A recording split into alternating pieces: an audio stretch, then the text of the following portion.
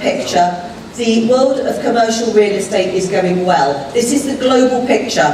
Globally, rents are up 3% on a global basis, and that is because globally we have had demand for office space because we have a positive economic cycle. That in turn is pushing up capital values, but also by about 3%. Globally, we have development peaking, and this is primarily because the development cycle has been long run in the US. It's been going on for about 10 years now. So globally, it's peaking. Here in Asia, it's still continuing to grow, and obviously in the Philippines, growing strongly. Vacancy rate is rising because we have had new supply come on stream globally, but again here in Asia Pacific, vacancy is quite low because as new supply gets built, there's plenty of demand to absorb it. Leasing activity and investment activity is a little lower on a global basis, but again, here in Asia Pacific, it continues to grow. And it continues to grow here in Asia Pacific. I wonder if we can, there we are. It continues to grow here in Asia Pacific because we are the top global growth engine. So we're growing because there's plenty of savings in this part of the world that needs to be invested. Expectations for the world economic outlook for next year moving up from 3.8 to 3.9%. So we continue to be in a strong position. And as Richard said in the opening, Philippine growth expected to be the fastest in the ASEAN region at 6.7%. But as much as the IMF would say that the world is going well, their headline was good news for now, but trade tensions a threat.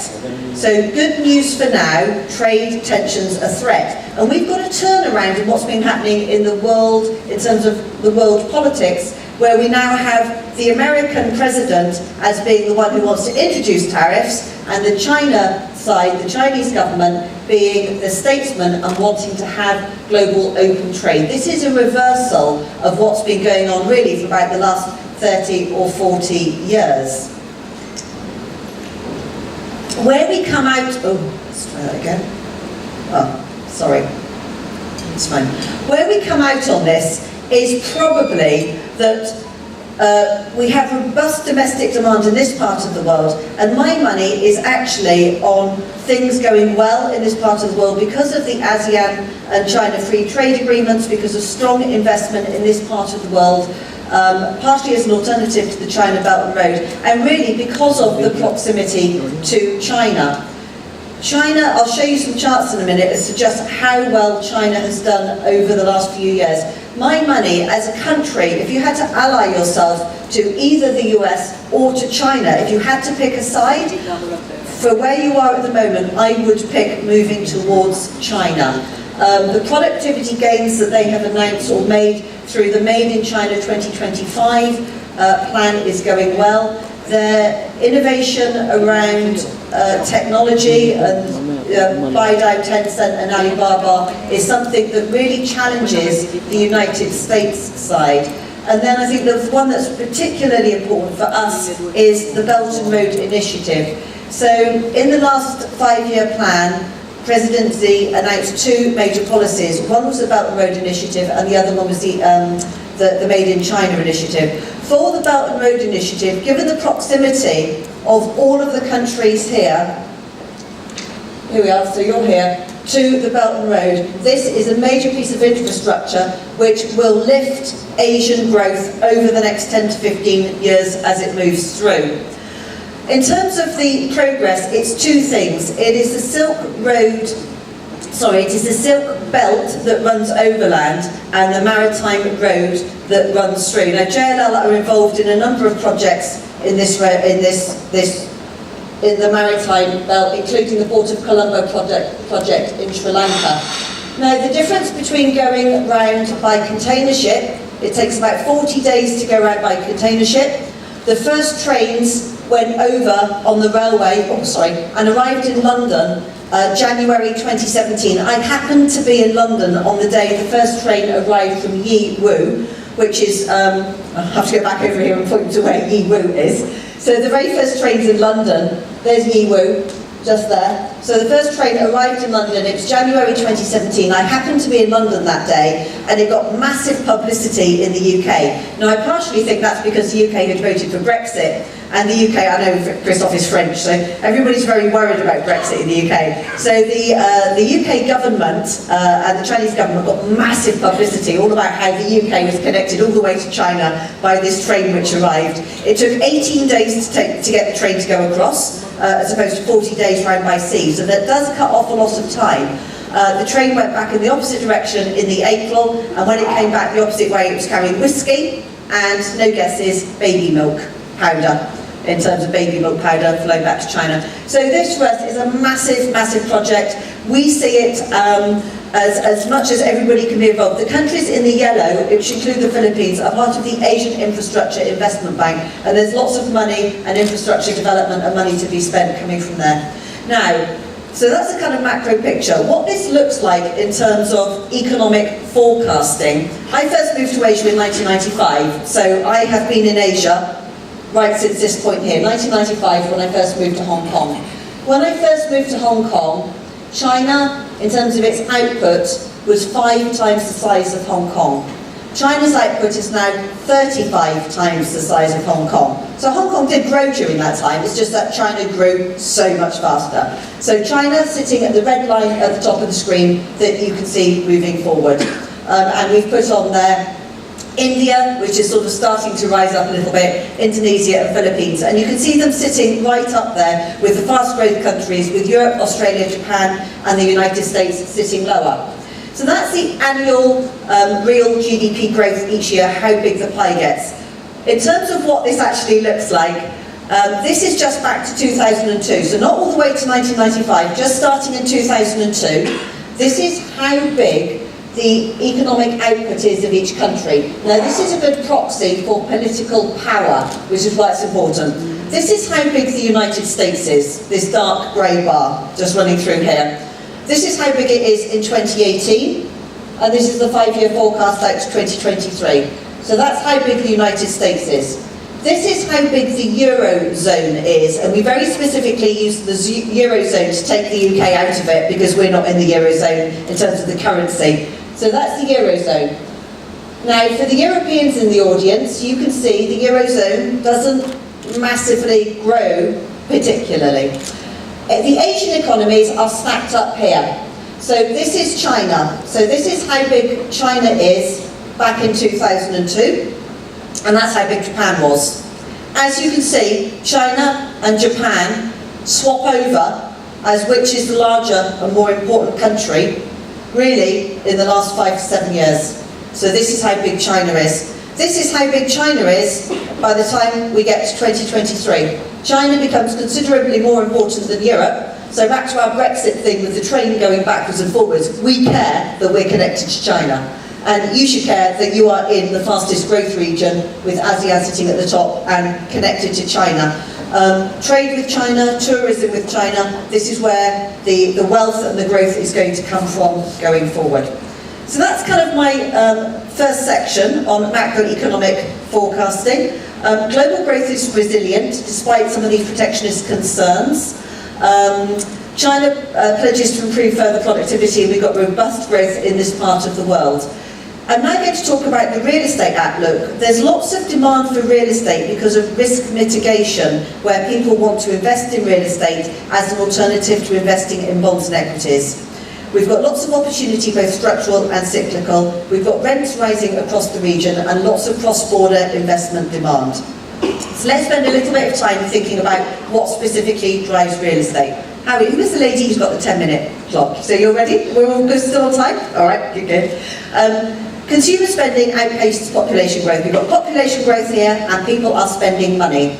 We've got young population. Whilst people do want to spend money online, people still want to go to malls. So I've put online, outlet and overseas. It is shifting retail patterns, but quite specifically here, it's particularly in hot countries like we're the same in Singapore, people still like going to shopping centres. It creates a sense of community. You get your food and beverage there, you go to the cafes. And so what we're starting to see, and I'll come onto this later in the trends, is that we're seeing co-working spaces going into shopping malls. In terms of employment growth around the region, we have growing employment. and in fact, so we've got growing employment, that's growing demand for office space, and to match that, we have growing supply. Are you going to click it? Am I going to click it? There we go. We've got growing supply of office space. So really, I've just popped on here, I appreciate that might not be too easy to read. So Yan Lo is here from our Philippines research team, and we can supply you with the numbers that you need for this. But I think the point to make is Manila sits right in the heart compared to the other countries in terms of, and the circles are showing the size of grade A office stock. So very comparable with the other cities that we have across the region. In terms of where we are on the rent cycle, this is all the rents indexed to 100 back in 2006. This isn't saying what the rents are, this is just saying if we make all the rent 100 on the index back in 2006, where do they sit? And you can see Manila sitting here in terms of rent, growing at a reasonably steady pace. And that's kind of a nice, you might not feel it's a nice thing if you're paying the rent, but actually that's a nice sign. It's showing that it's a healthy market, things are moving, that the process is working. So that's where we are in terms of rents across the region. That's where we are in terms of capital value. I'm going to click that back, all right? So I'm going to go back to rents and then click on again to capital values. Now what that's showing is the weight of capital that has gone into the markets, particularly in the Hong Kong market, because it's really pushed up capital values, how much people are having to pay per square foot or square metre of real estate space. In terms of, do you want to, thank you. In terms of where we are, this is the famous JLL rent clock. We put it out every quarter. If you ever want to use it in your presentations, please have it. Rents move fastest, actually, around about the 9 o'clock region. So this is rents growing. Rents really starting to move fairly fast at the 9 o'clock region. So Manila, Sydney, Melbourne, Osaka, rents moving up. This is a sign of growing economic activity in your city here. Rents falling, for Asia Pacific, where we tend to see rents falling, it's because there's too much supply coming on. We are generally growth markets right around Asia Pacific. So Seoul is growing, Jakarta is growing, there's economic activity there. It's just you get a pocket of oversupply coming in. A couple more on this. Those are the forecasts moving forward. The biggest rises in rents historically in the last 3 years have actually been Sydney and Melbourne. That's because of strong demand in Sydney and Melbourne, and also because of a new metro rail system that's been put into Sydney and Melbourne, particularly Sydney, and it's seen a lot of demolitions to stop. In terms of how... No. Let me do it. No. Right. In terms of how much does it cost to rent a square foot of office space in Manila versus the other cities around the region, you can see Hong Kong sits absolutely at the top as the most expensive by a very long way. Manila, relatively cost effective as a location here. So even though we talk about rents rising, and rising quite fast in Manila, it's a cost effective location for you in this part of the world. So that's just a stack of the rents as we move up through. So if you want any of these numbers, do let me know. I'll click this one. Ready? Yes. Oh, no? No. Right. This is our global outlook. So we've got Moscow, Sao Paulo, Toronto, Madrid. So we show how Manila sits relative to the other global countries. So rents up around 5% and capital values rising higher than that. And then in terms of total returns, this is a combination of both the rent growth and the capital value growth. Manila sitting with some of the fastest growing, slightly higher risk markets, Bangalore, Mumbai, and Manila sitting with office and retail there. Now, just the last section, I've got 5 minutes left. Are we good on our last 5 minutes? Yeah, good. It's the last 5 minutes left, so I just want to talk about some of the trends that are transforming our real estate industry. And primarily, there are 4 areas that we're going to talk about. We did our global corporate real estate survey, and actually it worked out to be 10 trends in total, but we've grouped them together into 4, so it's easier to think about. Some of the reason this is happening is that we've had groups like Regis and we've had groups like WeWork, who started in the US in 2010. Coming together and providing a sense of community around real estate space. And what that has led on to, I'm checking this, okay. What that's led on to is really a grouping of 4 areas. We have a liquid workspace, we talk about flexibility, we talk about digitization, and we talk about the human experience. So this is a combination of both real estate and people. How do you use real estate to retain talent? So let's just start with the liquid workforce. Can you move it on? Thanks. So I need my glasses on this one because this is where age has got to me. It used to be that employees would spend 15 years with the company. 80% of employees used to spend about 15 years with the company on a global level. Now, 60% of employees just spend 4 years with the company on a global level. So we've got a highly dynamic workforce. We've got organisations saying that having agile workforces is critical to their success. And we've got companies that need to provide future skilling for their service, for their talent. Now, we all have this problem. JLL also has a problem in, we have a problem in attracting and retaining talent, but we're faced with the same dynamics of fast-moving workforces and people that might want to change roles. This is our office space in Shanghai, very deliberately set up to retain talent. It is designed to be a co-working office space. If you are in Shanghai, you can come and hang out in our reception area and drink coffee and act as if it's a co-working space. Now, this is all about flexibility and finding a way to combine both the flexibility that organisations want with the talent. Hence the whole area around employees saying that going to co-working spaces has a very positive impact for them. So we're trying to make our own internal real estate space feel like a co-working space. The idea is that it allows innovation to happen, and innovation culture being incredibly important. This then ties up with technology and digitization, organisations saying that they will use AI technologies and what effect that might have on paper-based and perhaps some of the outsourcing services companies. What are we doing about digitization and how are we using space to retain talent? And then this is also leading on to smart real estate. So what are the sensors and the digitization of the physical space? So some of it is about people and some of it is about space, and it's about linking the two together.